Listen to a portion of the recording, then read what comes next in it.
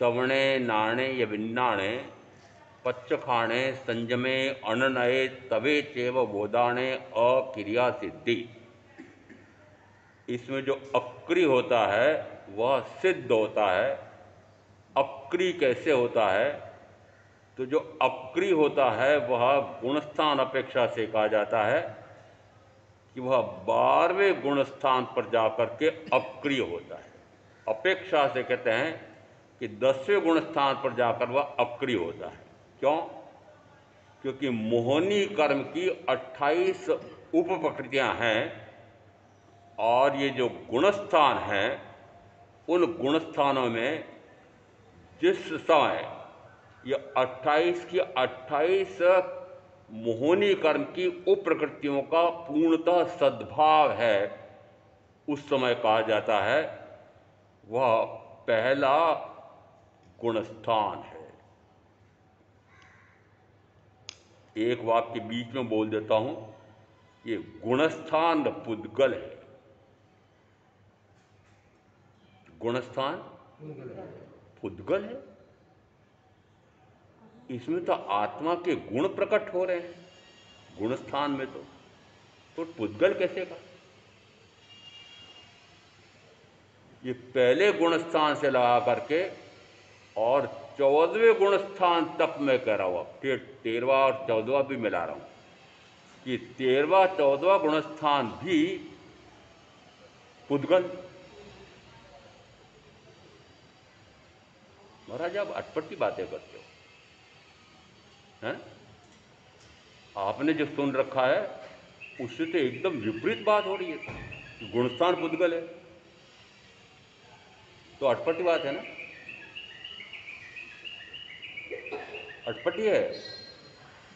अरे 99.99 ऐसा कहते हैं कि गुणस्थान का अर्थ होता है आत्मा के गुण प्रकट हो रहे हैं, और अब ये उदयमणि विचित्र खोपड़ी ये कहते हैं गुणस्थान पुद्गल है। अब कौन मेरे पक्ष में और कौन मेरे विपक्ष में, शास्त्रार्थ कर लेते हैं आज।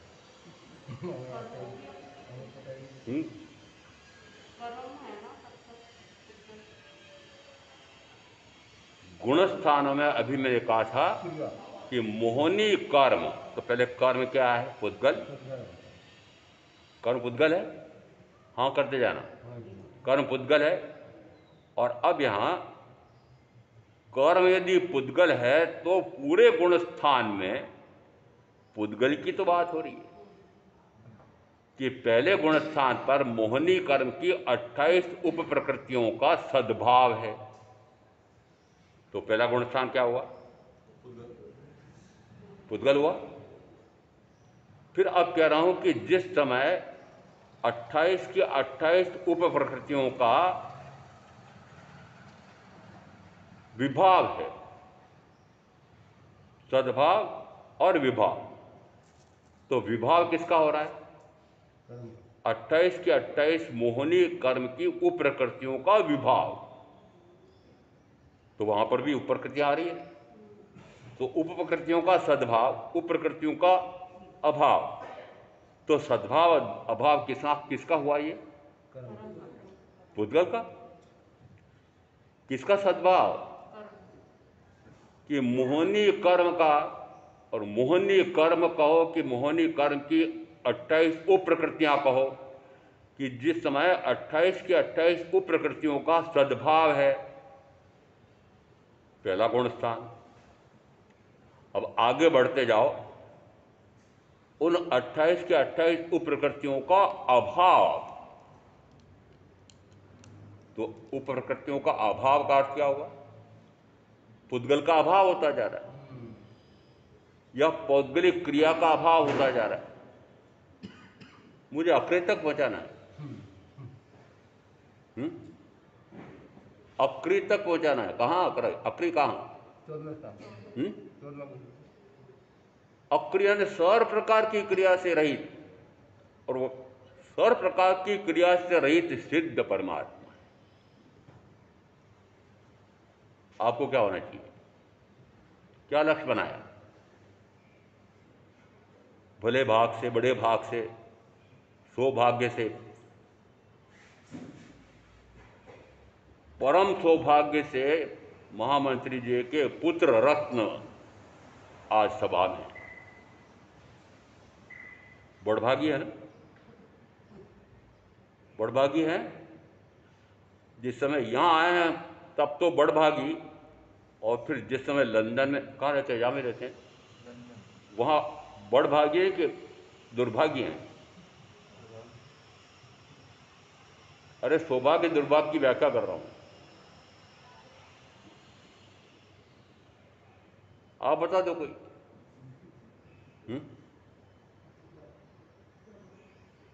जिस समय इन्होंने जो भी उपाधि प्राप्त की होगी, आप सब ने, परिवार वालों ने उसका भव्य समारोह मनाया होगा। अब गुणस्थान में वह प्रमाद है कि अप्रमाद है?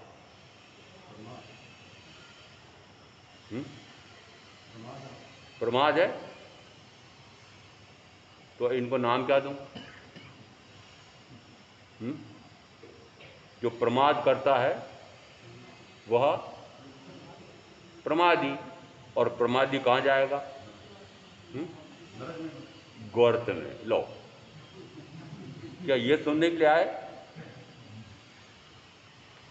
गर्त में जा रहे हैं ये तो मैं अभी कह रहा हूं, परंतु आए इस प्रकार के भाव में ऐसे कुल में कि ठेठ लोक के अग्रभाग तक पहुंच जाएं, और अग्रभाग तक पहुंचने के स्थान पर लोक के अंतिम गड्ढे तक में चले जाएं, ऐसा कुपुरुषार्थ, उल्टा पुरुषार्थ चल रहा है। किसने झोंका? अब मैं इनको दोष से परे कर रहा हूं। किसने झोंका?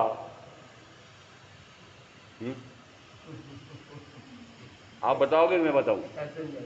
हैं? माता पिता ने। तो माता पिता ने भटकाया इनको कि ये भटके हैं? दोनों नहीं। ये तो उस समय अबोध थे। इनकी तो पट्टी जो है वो कोरी थी। उस कोरी पट्टे पर फिर निशान किसने बनाया कि बेटा तुझे जैसे मैंने कमाया है और मैंने इतनी कमाई की है, तो फिर मैंने अपनी बेटियों को भी, तीनों को बहुत अच्छा ऊंचे से ऊंचे पढ़ाया, तेरे को भी ऊंचे से ऊंचे पढ़ा रहा हूं। तो बताओ ये ऊंची से ऊंची पढ़ाई है कि गर्त में जाने की पढ़ाई है? अरे गर्त समझ में आया कि नहीं आया? गर्त कौन सा? ये दो प्रकार के भाव हैं। एक आया है प्रमत्त भाव, एक आया अप्रमत्त भाव। और गुणस्थान में अब यहाँ ये प्रमत्त अप्रमत्त दोनों एक साथ हो रहे हों, एक अंतर्मूर्त के लिए प्रमत्त, एक अंतर्मूर्त के लिए वापस अप्रमत्त, ये कौन सा गुणस्थान है?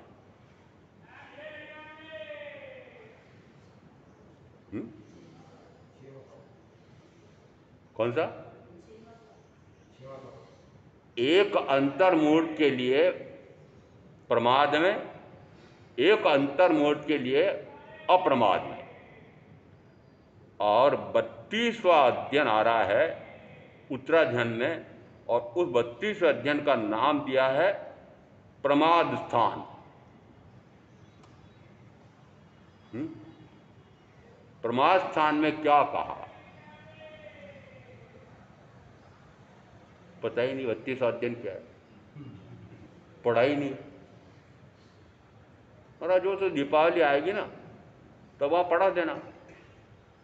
उसमें क्या पढ़ाऊंगा मैं? वो जो प्राकृत है फटाफट बोल दूंगा 2.5 घंटे में। क्या होगा उससे? कुछ नहीं होगा। प्राकृत जानता ही नहीं, सुनने वाला प्राकृत जानता ही नहीं। और क्या निकल रहा है?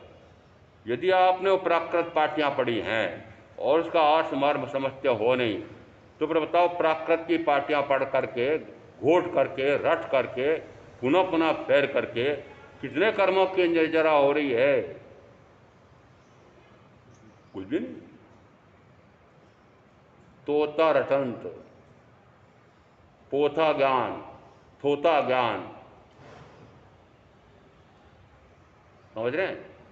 थोता चना बाजे गना, थोता ज्ञान। और समझ रहे हैं?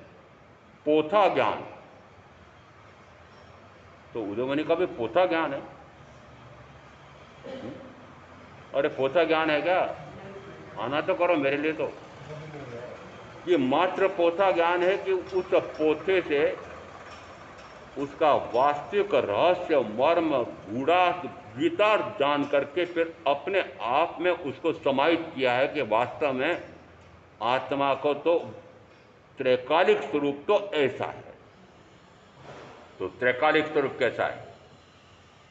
समय शास्त्र सूत्रकार कहते हैं आत्मा तो न प्रमत्त है न अप्रमत्त है। आत्मा तो न प्रमत्त है न अप्रमत्त है। इसका अर्थ है कि प्रमत्त अप्रमत्त तो पौद्गलिक भाव है। आत्मा आत्मा पुद्गल नहीं। तो प्रमत्त अप्रमत्त भाव भी कहा, यह प्रमाद। और अप्रमाण दे रहा हूं कि 32वां अध्ययन उत्तराध्ययन, उसमें भी शब्द दिया प्रमाद। और अब इस उत्तराध्ययन सूत्र के 32वें अध्ययन में एक बात पहले आई थी, संदर्भ आया था कि जिस समय वो भृगु पुरोहित के दोनों बेटे ये कह रहे थे कि हे पिताजी, आप इस आत्मा को जानना चाहते हैं, देखना चाहते हैं, अनुभव करना चाहते हैं, तो आपने इन 5 इंद्रियों के माध्यम से आत्मा को जानना चाहा है, देखना चाहा है, अनुभव करना चाहा है। परंतु 5 इंद्रियां तो कर्णेंद्रिय शब्द को, चक्षुंद्रिय कर्णेंद्रिय शब्द को, चक्षुंद्रिय वर्ण को, घ्राणेंद्रिय गंध को, रसनेंद्रिय रस को और स्पर्शेंद्रिय स्पर्श को ही ग्रहण कर सकती है। और आत्मा अशब्दमय, अवर्णमय, अगंधमय, अरसमय, अस्पर्शमय है। तो फिर इस आत्मा को कैसे जानना? एक तो उस समय आया था 32 अध्ययन उत्तराध्ययन का संदर्भ। अब बताओ, ये तो मैंने बता दिया था। अब बोर्ड बुद्धि होंगे वो बैठे रहेंगे, तेज बुद्धि वाला बता तो देगा हाँ महाराज ऐसा कहा था।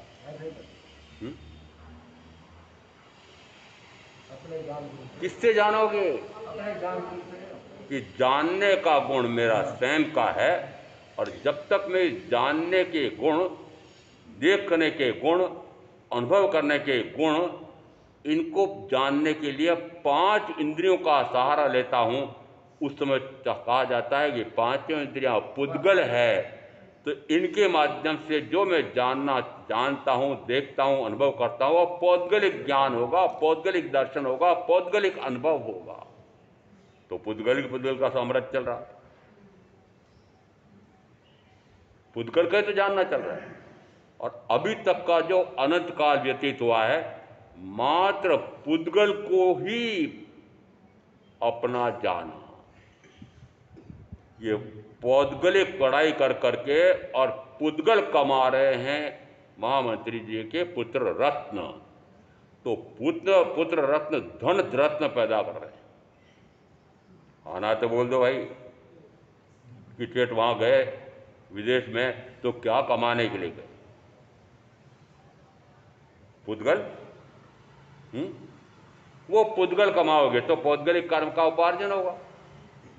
तो फिर पौद्गलिक कर्म का उपार्जन करके जाओगे कहां? अरे आप सब मिल के बता दो ना इनको जरा आज। हम भी तो यही कर रहे हैं, हम भी तो यही कर रहे हैं। और ये कहां जाएंगे? अब इनका भविष्य बता दो मुझे। बड़ा खराब है, चीर फाड़ बड़ा मारा है। बड़ी मुश्किल से आज मैं इसको मना के लाया हूं। आपने तो सारी खिंचा लदर कर दी। मैंने कहा खिंचा लदर करने के लिए लाए हो आप। जब तक चीर फाड़ नहीं होगी तब तक शरीर स्वस्थ होता है। शरीर को स्वस्थ रखने पे तो चीर फाड़ करनी पड़ती है। तो मैं भी तो ये जो कर रहे हैं उसकी चीर फाड़ कर रहा हूं, और ये बता रहा हूं कि स्पष्टतः जो वर्तमान में आप कर रहे हो, आपके पिताजी कर रहे हैं, और सारे भाई बहन जो कर रहे हैं, वो सारा कार्य प्रमाद में जा रहा है। सारा कहां जा रहा है? वो सारा पुरुषार्थ प्रमाद में जा रहा है। और प्रमाद का अर्थ क्या फिर? कि जिस समय शरीर संबंधी कार्य होता है उस समय प्रमाद है, और जिस समय शरीर संबंधी कार्य नहीं है उस समय अप्रमाद है। मैं आहार लेने गया हूं, आहार लाया हूं, आहार कर रहा हूं, शरीरी कार्य। कौन सा कार्य है? शरीर का कार्य। फिर जो आहार लाया वो क्या है? वो भी पुद्गल। फिर इस हाथ से मुंह से खाया है तो हाथ और मुंह ये भी पुद्गल। तो महाराज आप भी फिर पुद्गल ही पुद्गल का काम कर रहे हो। मैंने कहा हाँ। अरे महाराज जी पुद्गल ही पुद्गल का कार्य कर रहे हैं। और क्या निरंतर पुद्गल ही पुद्गल का कार्य करता हूं?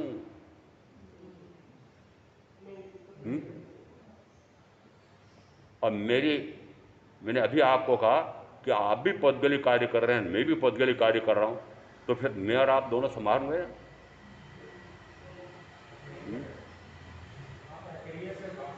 आप जो भोजन ले रहे हैं वह किस दृष्टि से ले रहे हैं, और मैं जो भोजन ले रहा हूं वह किस दृष्टि से ले रहा हूं। अंतर किसका पड़ेगा? लक्ष्य का अंतर पड़ेगा, लक्ष्य का अंतर पड़ेगा।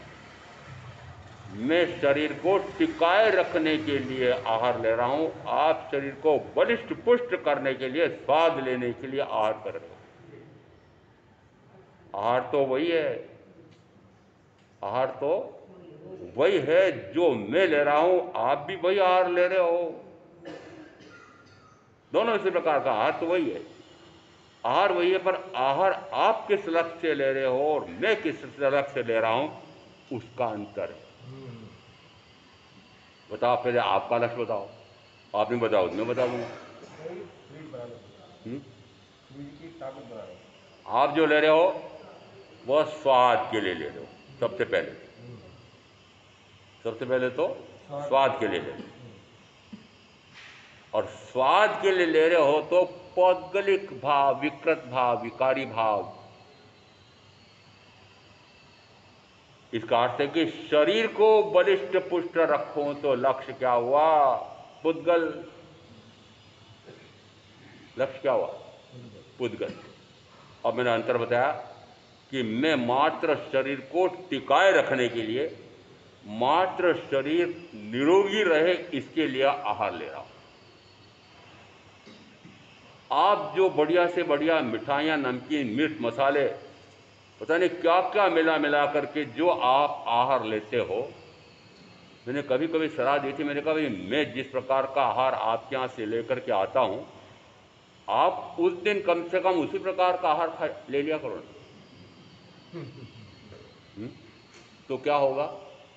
दो काम होंगे कि एक तो मुझे वह भोजन अधकर्मणी लगेगा, निमित्त दोष नहीं लगेगा, और आपका क्या होगा? आपका भी उस दिन जो है स्वाद जय की साधना हो जाएगी। शरीर के प्रति जो भाव है कि शरीर बलिष्ठ पुष्ट हो, वो भाव भी उस दिन समाप्त हो जाएगा। क्यों? क्योंकि यदि इस प्रकार से इसमें मिलावट ना करें, वो मिलावट सारी विकृति है। देखो, आपके भोजन में मिलावट, जरा सी मिलावट हो तो सीधा प्रकरण बनता है और उसमें दंड है। भोजन में मिलावट करने वाले दंड है। तो अब आप भोजन में मिलावट कर रहे हो तो आपको जो दंड मिलेगा कौन सा मिलेगा? कर्म, और कर्म का फल दंडे। कहाँ दंडे? नरक में, चिरेंच में। आपको डंडे कहाँ खाने पड़ेंगे? आपको डंडे कौन मारेगा? जो आप विकृत भोजन कर रहे हो तो डंडे कौन मारेगा? परमाधामी देव मारेंगे। फिर टीनेज में जाओगे तो पालतू जानवर है, तो किसान पालतू जो पाल रहा है वो मारेगा कि ठीक से काम नहीं कर रहा है, तो मार खाओगे ना। तो यहाँ भी मार, और फिर वापस वो जो पौद्गलिक पाप कर्म किया है तो उसके कारण से फिर जन्म मरण की फिर मार। तो आप सारा कार्य कौन सा कर रहे हो कि आपको मार खाना पड़े, और मैं सोच रहा हूं कि इनको मार न खाना पड़े तो अच्छी बात है, पर आप मार खाना चाहते, बचना चाहते ही नहीं आप तो मार से। और मैं यदि कहूं कि वहां प्रथम 3 नारकियों में परमाधामी देव इतना मारते हैं, कूटते हैं, अरे किसने देखा? तो क्या गप है? यदि स्वर्ग आपको नहीं दिख रहा है, नरक आपको नहीं दिख रहा है, तो क्या यदि स्वर्ग है तो आप पुण्य करोगे तो स्वर्गीय सुख मिलेंगे, पाप करोगे तो दुख मिलेंगे। तो क्या महावीर ने मात्र इसलिए स्वर्ग और नरक बताया कि आप ऐसा करो? इसलिए बताया क्या नरक स्वर्ग? नहीं है, इसलिए बताया। महावीर ने स्वर्ग और नरक का क्या मात्र कल्पना है? अच्छा, फिर एक बात और बता दो कि क्या स्वर्ग और नरक की बात मात्र महावीर करते हैं?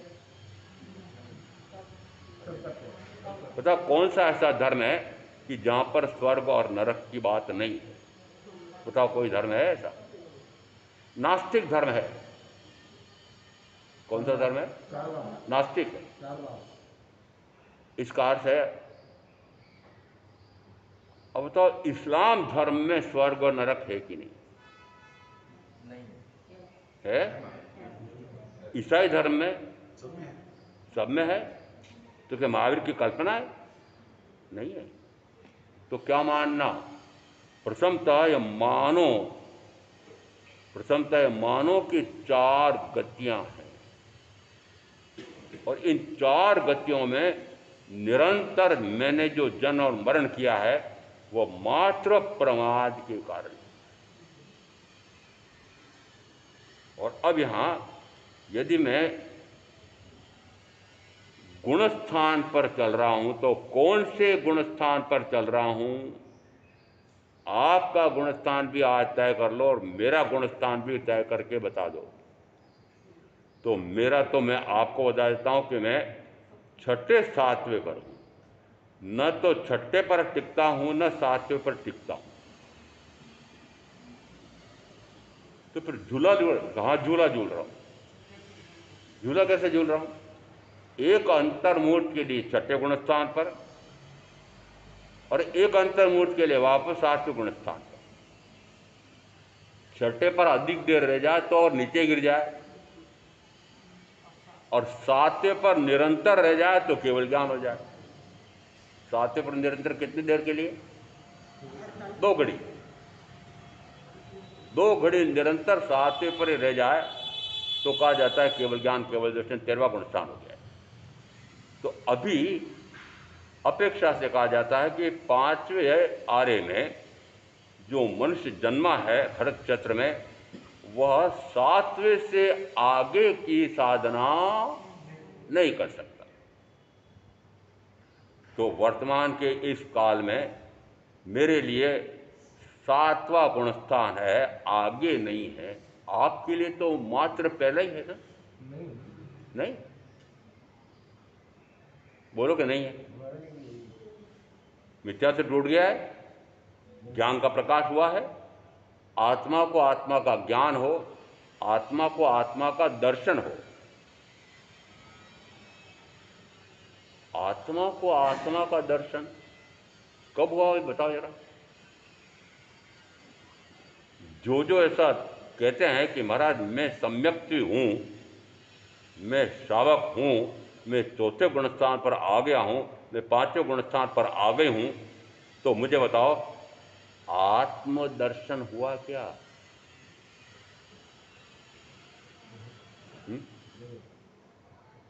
आत्मा को आत्मा का दर्शन, शरीर का नहीं।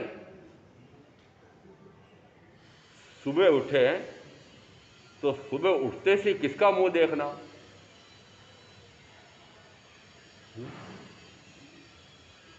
बताओ से कोई कोई उठते से ही हथेलियां मसलते हैं और फिर उसमें रेखाएं मिलाते हैं और रेखाएं मिला करके उसमें चंद्राकार बनता है। तो चंद्राकार बनता है ना, चंद्र दर्शन करते हैं। है? हाँ है सर, मुझे पता नाटक साहब आपके। और क्या? और फिर देखा कि उठते से अमुक का मुंह देखो तो सारा दिन बड़ा अच्छा निकलेगा। ये सारे नाटक आपके हैं? हाँ हैं। तो फिर मैं कहता आप बाहर में देख रहे हो कि अंदर में देख रहे हो? बाहर में देख। इसका अर्थ क्या हुआ? आत्मज्ञान हो, आत्मदर्शन हो, फिर मिथ्या मान्यता टूटे और फिर जिस समय आत्मा का स्वयं का श्रद्धान हो, उस समय कहा जाता है वह 4था गुण स्थान। और इस 4थे गुण स्थान के लिए जो कहा कि सम्यक तो होती है तो 4था गुण स्थान होता है, परंतु सम्यक और मिथ्यात्व यह मोहनी कर्म के ऊपर आ रहा है। कि जिस समय मिथ्या मान्यता है वह मोहनी कर्म के, दर्शन मोहनी कर्म के कारण से है मिथ्या मान्यता, और चारित्र मोहनी में से फिर वो मिथ्या मान्यता कर रखी है, उसके अनुसार चारित्र में राग द्वेष आदि विकारी भाव होते। ठीक है। अब बताओ मोहनी कर्म का घाती कर्मों में क्रम बताओ। ज्ञानावरणीय, दर्शनावरणीय, मोहनी, अंतराय। आगे चार की तो चिंता ही मत करो। आगे चार कौन से हैं? आगे चार जो हैं ये अघाती हैं। अघाती यानी मेरे निज गुण में लेश मात्र भी हानि नहीं करती। कौन से? नाम कर्म, गोत्र कर्म, आयुष कर्म और वेदनी कर्म, ये चार अघाती हैं। जिस समय वेदनी कर्म में से साता वेदनी कर्म का उदय आता है और महामंत्री जी और उनके जीवन साथी दोनों को बड़ी प्रसन्नता हुई, बेटा वापस मेरे से मिलने आया है। साता लगी कि नहीं लगी दोनों से पूछ रहा हूं। साता सुख का अनुभव आया कि नहीं आया दोनों से पूछ रहा हूं। आप सारे बता दो इनको कि साता वेदनी में से इन्होंने किसका वेदन किया है। साता वेदनी का किया है, असाता वेदनी का नहीं किया है। और वेदनीय कर्म अघाती है, तो इस वेदनीय कर्म में से इनको साता का अनुभव आया कि नहीं आया? क्योंकि मेरे पास जब ये लाए थे तो बड़े प्रसन्नता पूर्वक बता रहे थे कि हमारा साहब हमारा बेटा, इसका कार्यालय यहाँ भी है, वहाँ भी है, वहाँ भी, भारत में भी इतनी जगह है, विदेश में भी अमुक जगह है। तो मुझे बताओ, प्रसन्नता से बता रहे थे कि रो रो के बता रहे थे?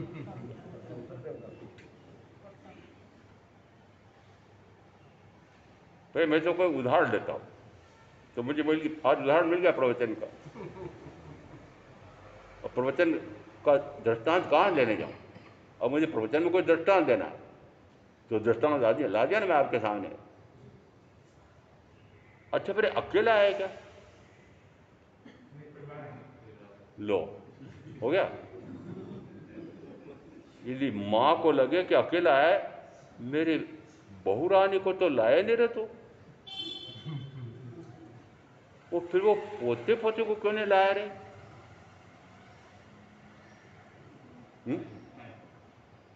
अरे मम्मी, अभी मैं कहाँ से लेकर आता, इतना खर्चा लगता है, और मुझे तो अभी कार्यालय का यहाँ काम था इसलिए आया हूँ।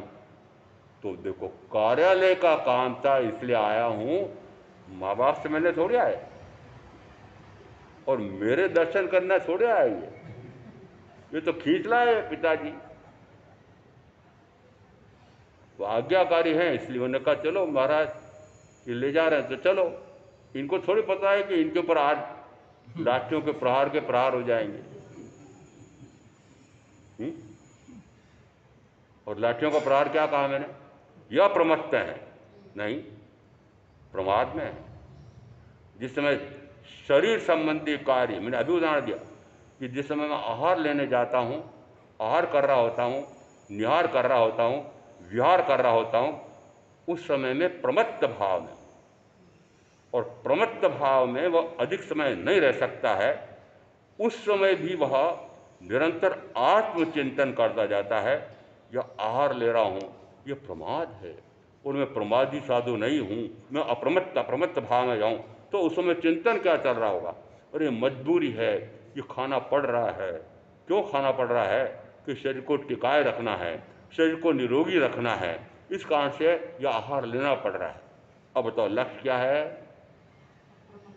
कि शरीर टिका रहे, शरीर निरोगी रहे, इसलिए मजबूरी में आहार ले रहा हूं। आप किसके ले रहे हो? किसके लिए ले रहे हो?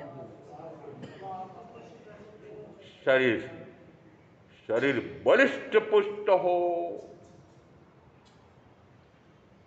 क्यों? पोल खोल दो। हाँ, खोलनी पड़ती मुझे। शरीर बलिष्ठ पुष्ट होगा तो मैदान में दौड़ करके मेहनत करके खूब कमाऊंगा तो शरीर बलिष्ठ पुष्ट होना चाहिए। यदि घर में भी मेहनत शरीर में काम करना पड़ता है तो बहन सोचते कि नहीं शरीर स्वस्थ होगा, बलिष्ठ पुष्ट होगा तो मैं घर का काम कर सकूंगी। और ये नहीं, यदि भोग भी भोगने हैं तब भी शरीर बलिष्ठ पुष्ट चाहिए। ये सारी पोलें आपकी खोल रहा हूं आज। खोलूं कि नहीं खोलूं? चीर फाड़ करूं कि नहीं? हाँ, करनी पड़ेगी कि आप जो भोजन ले रहे हो उसका लक्ष्य अलग है और संयम में जो भोजन लेता है, मैं जो भोजन लेता हूं उसका लक्ष्य अलग है। भोजन वही है, देखो भोजन वही है। ये निश्चित कह रहा हूं कि जो मैं आहार लाया हूं, अब पूछ लेना जिनके यहां से आहार लाया हूं वो कौन सा भोजन कर, वो भी भोजन वही कर रहे हैं। तो बताओ, भोजन वही का वही है, परंतु खाने और खाने में अंतर है, लक्ष्य का अंतर है। अंतर किसका हुआ? लक्ष्य का अंतर हुआ। जो भोजन आप ले रहे हैं वही भोजन मुझे मिला है, मैंने जो भोजन किया उसमें और आपने जो भोजन किया उसमें लक्ष्य का भारी अंतर है। आपका लक्ष्य संसारी है, आपका लक्ष्य शरीर को बलिष्ठ पुष्ट करना है। अभी मैंने दोनों बातें कही है कि शरीर बलिष्ठ पुष्ट रहे तो पुरुष की अपेक्षा से कहता हूं कि वो मैदान में खूब दौड़ करके खूब धन कमाएगा, और स्त्री भी घर में रह करके सब काम बढ़िया से बढ़िया करेगी, एक लक्ष्य। और दूसरा लक्ष्य है कि वापस एक से लगा करके चारों या पांचों इंद्रियों का भोग भोगने के लिए भी तो शरीर बलिष्ठ पुष्ट चाहिए। तो आपके लक्ष्य में मेरे लक्ष्य में भारी अंतर है। रोटी तो वही खा रहा हूं मैं जो आप खा रहे हैं, परंतु रोटी के खाने और खाने में अंतर है। समझ रहे हैं? तो फिर आपको कहां ले जाना मुझे? कि प्रमाद ले जाने में ले जाना कि अप्रमाद में ले जाना?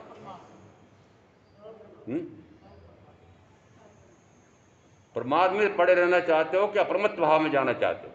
देखो, अप्रमत्त भाव में जाता है, अप्रमत्त अप्रमत्त अप्रमत्त अप्रमत्त रहते रहते 2 घड़ी तक निरंतर अप्रमत्त में रह जाए। अप्रमत्त का अर्थ है कि आत्म भावों में रमणता। ये प्रमाद और अप्रमाद को पहले समझ लो तो फिर 32वें अध्ययन की बात समझ में आ जाएगी। मुझे 32वें अध्ययन के वो दृष्टांत थे, कोई महत्व नहीं है, वो तो आप ही पढ़ करके समझ लोगे। पर लक्ष्य क्या है वो 32वें अध्ययन में उन ग्रंथ के लिखने वालों का लक्ष्य क्या रहा होगा वो अब बाद की बात है। परंतु पहले ये तो समझ लो कि प्रमाद और अप्रमाद, क्योंकि उसमें उस अध्ययन का नाम दिया है प्रमाद स्थान।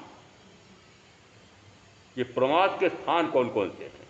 क्योंकि प्रमाद के स्थान हैं उसमें अपेक्षा से 5 तो ये इंद्रिय बल प्राण है, फिर मन बल, वचन बल, काय बल। इसका अर्थ है कि फिर कितनी अपेक्षा से उन्होंने बताया है कि जिस समय वह ग्रहण करता है, क्या ग्रहण करना चाहता है? वह शब्द को ग्रहण करना चाहता है, और शब्द तो यह कहता नहीं है कि तू मुझे सुन, कहता है? शब्द कहता है कि तू मुझे सुन। और क्या आत्मा के प्रदेश वहां तक जाते हैं? नहीं जाते। फिर कौन ले जा रहा है? मैं ले जा रहा हूं। जैसे मैंने देखा, जैसे मेरे अनुभव में आया, ये जो शब्द बोल रही है वह कौवे का शब्द है कि कोयल का शब्द है? बचपन की बात बता रहा हूं। कोयल कुहू कुहू कुहू कुहू कर रही है और कौवा कांव कांव कर रहा है। किसकी वाणी आपको प्रिय लगती है? कोयल के लगती है ना? तो फिर शब्द तो शब्द है, शब्द के साथ कर्ण प्रिय और कर्ण अप्रिय ये तय कौन करता है? ये प्रमाद। इसको क्या कहा? ये प्रमाद। कि आपने शब्द को सुना ही क्यों? तुम्हारा सुना तो इसलिए कि कान है तो शब्द आया, तो मैंने कहा भाई कान पुद्गल है, वो शब्द भी पुद्गल है, और पुद्गल और पुद्गल का मिलन हुआ है। अब उस पौद्गलिक शरीर की उस कर्णेंद्रिय से आपने सुना है, सुन करके फिर ये प्रिय है कि अप्रिय है, यह निर्धारण कौन करता है? मैं करता। मरा? हाँ मरा। मरा ने कहा चतुर्गति में कर्ण प्रिय लगता है तो उसे प्रियता का भाव आता है, अप्रिय लगता है तो शत्रुता का भाव आता है। हो गया कर्म का आश्रव। ये कर्म का आश्रव क्या कहाँ ले जा रहा है? ये प्रमाद में ले जा रहा है, ये प्रमाद है। और फिर आगे यहाँ तक आया कि शब्द तो कहता नहीं कि तो मुझे सुन, और आत्मा के प्रदेश भी वहाँ दौड़ करके जाते नहीं है। कौन ले जा रहा है? मैं ले जा रहा हूँ। फिर ले जा करके वापस मैंने तय किसने किया कि प्रिय शब्द है कि अप्रिय शब्द है? तो मैंने तय किया। फिर मैंने तय करके यदि प्रिय है तो उसे प्रियता की, अप्रिय है तो उसे शत्रुता की। ये कर्म का पाठ, ये पग पग पर आपके इस प्रकार से कर्म का आश्रय होता है, बंद होता है। और कर्म का आश्रय और बंद ये प्रमाद।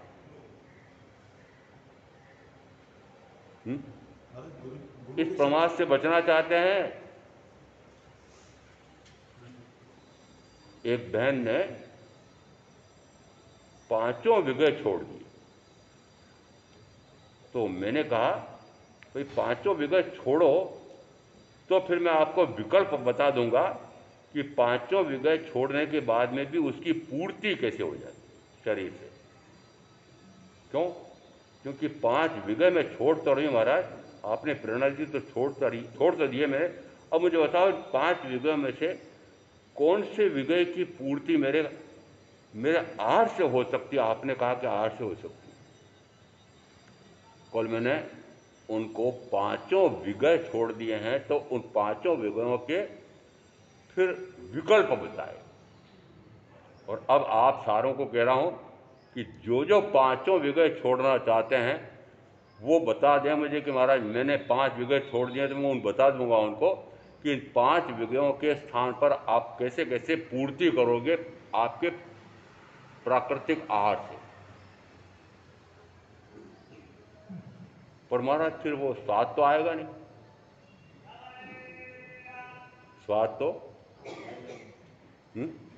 अब मुझे बताओ आपको स्वाद लेना है कि शरीर चलाना है? दोनों का। 2 घोड़े की सवारी, 2 घोड़े की सवारी उदाहरण दिया था मैंने। एक घोड़ा पूर्व से पश्चिम की ओर जा रहा है, एक घोड़ा पश्चिम से पूर्व की ओर जा रहा है, और आप गृहस्थों ने एक पांव एक घोड़े पर और दूसरा पांव दूसरे घोड़े पर, एक पांव मोक्ष के मार्ग पर, एक पांव संसार के मार्ग पर। बताओ धड़ाम से गिरोगी कि नहीं? चारफाने चित्त, कोई एक पकड़ना पड़ेगा। तुम्हारा हमने एक पकड़ तो रखा है। मैंने कहा कौन सा पकड़ना? कौन सा पकड़ा? आपने संसार मार्ग पकड़ा, आपने संसार मार्ग पकड़ा है। और अब मैं पूछ रहा हूं आप संसार मार्ग छोड़ना भी चाहते हो? और वो नहीं छोड़ना। महाराज देखो, मेरी दीक्षा के 1 साल बाद की बात है, करीब एक गांव में प्रवचन कर रहा था। वो यशकुंज महाराज साहब की सारा भगत गांव था। तो मुझे पहले कहा महाराज अपने सारे शीतलगढ़ के क्षेत्रों को, गांवों को तो परसो। जिस समय प्रवचन कर रहा था उस समय एक भाई, महाराज देखो न तो मेरे बही चोपड़े छूटने वाले, वो लेन देन का धंधा करते थे ब्याज का, न तो मेरे बही चोपड़े छूटने वाले हैं, न मेरा जो लेन देन का व्यापार है वो छूटने वाला है, न कोई पत्नी न बेटी छूटने वाले हैं, न मकान छूटने वाला, न दुकान छूटने वाला। और अब बताओ आपके मोक्ष की साधना कैसे करो? ये सारी बातें किसकी मैंने बताई? आप, ये आपकी वैसी दिशा है कि महाराज ये सारा मुझे करते रहना है। और फिर मुझे बताओ कि आप जन्म से मुक्ति की साधना कैसे होती है? हो सकती है? अंश मात्र हो सकती है, अंश मात्र हो सकती है, तो मैं कह सकता हूं। पर अंश मात्र हो जाएगी तो वो कर्म का बंध भारी नहीं होगा, थोड़ा हल्का हो जाएगा। तो नरक में नहीं जाओगे तो तिरंज में जाओगे। तो फिर आपको लग रहा होगा महाराज ये समझ रहे हम पाप का काम कर रहे हैं, नरक में जाने का काम कर रहे हैं। मैंने कहा हाँ, मैं तो मान रहा हूँ, पक्का मान रहा हूँ, मैं पक्का मान रहा हूँ कि आप पाप के मार्ग पर हो। बोलो कोई कि नहीं है पाप के मार्ग पर नहीं, कोई तो बोलो जरा। और खड़े होकर बोले नहीं महाराज मैं पाप के मार्ग पर नहीं हूँ। अब बताओ पाप कितने हैं? 18। पुण्य कितने हैं? 9। और मोक्ष कैसा कि न पाप न पुण्य। गुण स्थान में प्रमाद नहीं, अप्रमत्त अप्रमत्त अप्रमत्त। और यहां तक कहा मैंने कि अप्रमत्त यानी आत्मभाव, प्रमत्त यानी शरीरी भाव। पहले समझ लो, प्रमत्त यानी शरीरी भाव, अप्रमत्त यानी अशरीरी भाव। प्रमत्त यानी शरीरी भाव, अप्रमत्त यानी आत्मभाव।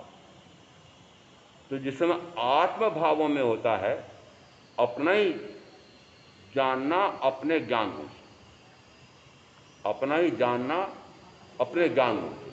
तो ज्ञान गुण से मैं शरीरादि को तो जानता हूं और अपने को नहीं जानता हूं, वो मिथ्या ज्ञान है।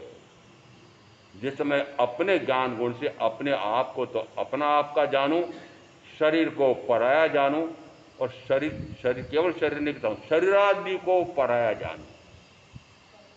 क्योंकि शरीर को पराया जानो तो अभी ये माँ बाप दोनों कहेंगे महाराज हमने शरीर को तो पराया जान रखा। तो मैंने कहा मेरे बेटों को पराया जाना क्या? आज प्रत्यक्ष उदाहरण आ गया इसको अच्छा रहा। मैंने कहा बेटों को अपना जाना है कि पराया जाना है? आज इन दोनों को सुनना है मुझे। अच्छा बेटे ने क्या माना है? बेटे ने माना कि ये पत्नी मेरी है, ये बेटा मेरा है, ये बेटी मेरी है, ये तो भाड़ में जाओ, मुझे क्या लेना इनसे। अरे छोड़ के भाग गया इनको तो। अरे हाँ ना तो करो जरा, इनको छोड़ के गए ना? हाँ, छोड़ के गए। अच्छा किसके लिए गए छोड़ करके? अरे विदेश में इसी प्रकार का कार्य करूंगा तो वहां पर कमाई भारी होगी। तो बताओ पुद्गलों की कमाई के लिए गए। और जिस समय वहां पुद्गल खूब कमा लिए हैं तो माता पिता बड़े प्रसन्न। या आप सबके बोले बोल रहा हूं, कमाई अधिक होती हो तो आप प्रसन्न होते हो, कमाई कम होती है तो दुखी हो रहे हो। बेटा क्या बात हो गई, कमाई कैसे घट गई तेरी? मम्मी क्या करूं, वहां प्रतिस्पर्धा में बहुत लोग इसी प्रकार का काम करने आ गए। दुखी माँ भी। फिर यदि पिताजी भूले भटके इनको मेरे यहाँ ले आए और मेरे यहाँ ले आए तो अब इन्होंने तय किया है कि ये कमाई का काम भाड़ में जाओ, पे तो मैं तो आत्मा की कमाई करूँगा और मुझे निरंतर स्वाध्याय में ज्ञान ध्यान में रहना है। तो अब मैं निरंतर 1 घंटा 1.5 घंटा 2 घंटा निरंतर स्वाध्याय में ज्ञान ध्यान में रहूँगा। आज ये संकल्प करके जाएंगे तो फिर माँ बाप और दुखी। बोले बेटा कमाई क्यों कम हो गई? वो महाराज ने कहा वो जो कमाई करूँगा ना वो सारी तो यहाँ रह जाएगी, और उस कमाई के लिए मैं जितना पाप करूँगा वो सारा मुझे पाप का कर्म साथ में ले जाना पड़ेगा। आज महाराज ने इसी बात कही है, अब मैं पाप का भारा, वो पाप से अर्जित, पाप कर्म से अर्जित धन वैभव भोग साधन आदि सारे वो तो यहाँ के यहाँ धरे रह जाएंगे। और इन बेटे को आज कह रहा हूँ कि इसको धन को इकट्ठा करने के लिए जो जो पाप कर्म हुआ है वो पाप कर्म साथ में जाएगा। सावधान रहना, पाप का भारा माथे पर ले जाना नहीं, यहीं उतार करके फेंक जाना। ऐसी तत्व स्वरूप की साधना करेंगे, जो करेंगे उनका अवश्य कल्याण होगा। ओम शांति।